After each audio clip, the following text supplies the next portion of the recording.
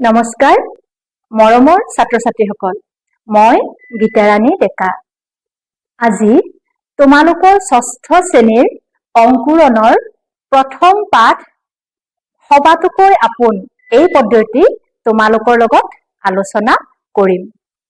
আহাচোন, পদ্যটোত আৰম্ভণিতে দিয়া আছে, মই পঢ়ি দিছো, তোমালোকে চাই যাবা। সবাতোকৈ আপোন।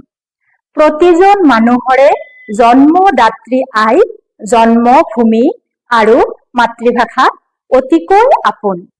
তিনিগৰাকী মাতৃ সকলো সময়তে সকলো পৰিৱেশতে পূজনীয়া। এইসকল মহান মাতৃৰ যোগেদি জগতখন চিনিব, জানিব আৰু বুজিব পাৰি। কবিতাটিৰ জৰিয়তে কবিয়ে উপজা ঠাইখনক ভিত্তি কৰি মাতৃ আৰু মাতৃভাষাৰ সহায়ত পৃথিৱীত যে আগুৱাই যাব পাৰি সেই কথা প্ৰকাশ কৰিছে। এতিয়া আহাচোন, মই কবিতাটি আবৃত্তি কৰি দিম, তোমালোকে মনোযোগেৰে শুনি যাবা। সবাতোকৈ আপোন। হয়তো নহব পাৰে মোৰ আই সবাতো শুৱনি, তথাপি আপোন মোৰ আই। গছ লতা ফুলে ভৰা এইখন ধুনীয়া ধৰণী, তেওঁৱে মোক দিলেহি চিনাই।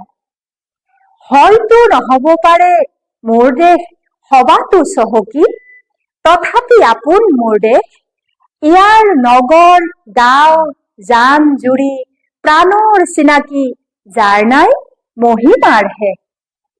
হয়তো নহব পাৰে মোৰ ভাষা সবাতো সুৰীয়া, তথাপি আপোন এই ভাষা। তাৰেই প্ৰকাশ কৰো অন্তৰৰ ভাৱ কুমলীয়া, সুখ দুখ স্নেহ শান্তি আশা। মোৰ আই মোৰ দেশ মোৰ ভাষা ভাল পাওঁ, তাৰে মই চিনিম জগত। সুবিশাল পৃথিৱীত হাতে হাতে ধৰা ধৰিকৈ খোজ দিম সবাৰে লগত। কবি নৱকান্ত বৰুৱা। মৰমৰ ছাত্ৰ ছাত্ৰীসকল, তোমালোকে কবিতাটি আবৃত্তি কৰিবলৈ শিকিবাচোন।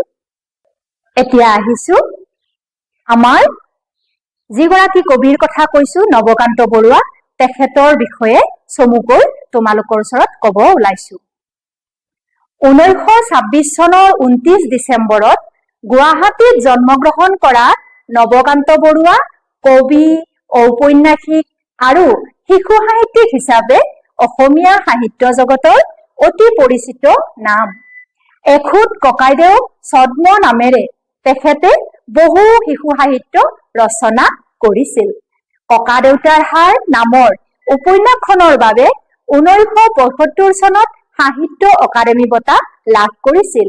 মোৰ আৰু পৃথিৱীৰ কাব্য গ্ৰন্থখনৰ বাবে অসম প্ৰকাশন পৰিষদ বঁটা লাভ কৰাৰ উপৰিও অসম উপত্যকা সাহিত্য বঁটা, কমল কুমাৰী ৰাষ্ট্ৰীয় বঁটা লাভ কৰিছিল। 1976 চনত ভাৰত চৰকাৰে তেখেতক পদ্মভূষণ সন্মানেৰে বিভূষিত কৰিছিল। নৱকান্ত বৰুৱা 1990 চনত বিশ্বনাথ চাৰিআলিত অনুষ্ঠিত অসম সাহিত্য সভাৰ সভাপতিও আছিল। 2002 চনৰ 14 জুলাইত এইগৰাকী সাহিত্যিকে মৃত্যুবৰণ কৰে। মৰমৰ ছাত্ৰ ছাত্ৰীসকল, তোমালোকে কবি পৰিচয়খিনি বহীত সুন্দৰকৈ লিখিবা আৰু মনত ৰাখিবলৈ চেষ্টা কৰিবা। ছাত্ৰ ছাত্ৰীসকল, আজিলৈ এই পাঠটিৰ ইমানতে সামৰিছো। পাঠটিৰ পৰৱৰ্তী খণ্ড তোমালোকৰ লগত পুনৰ আলোচনা কৰিম। ধন্যবাদ।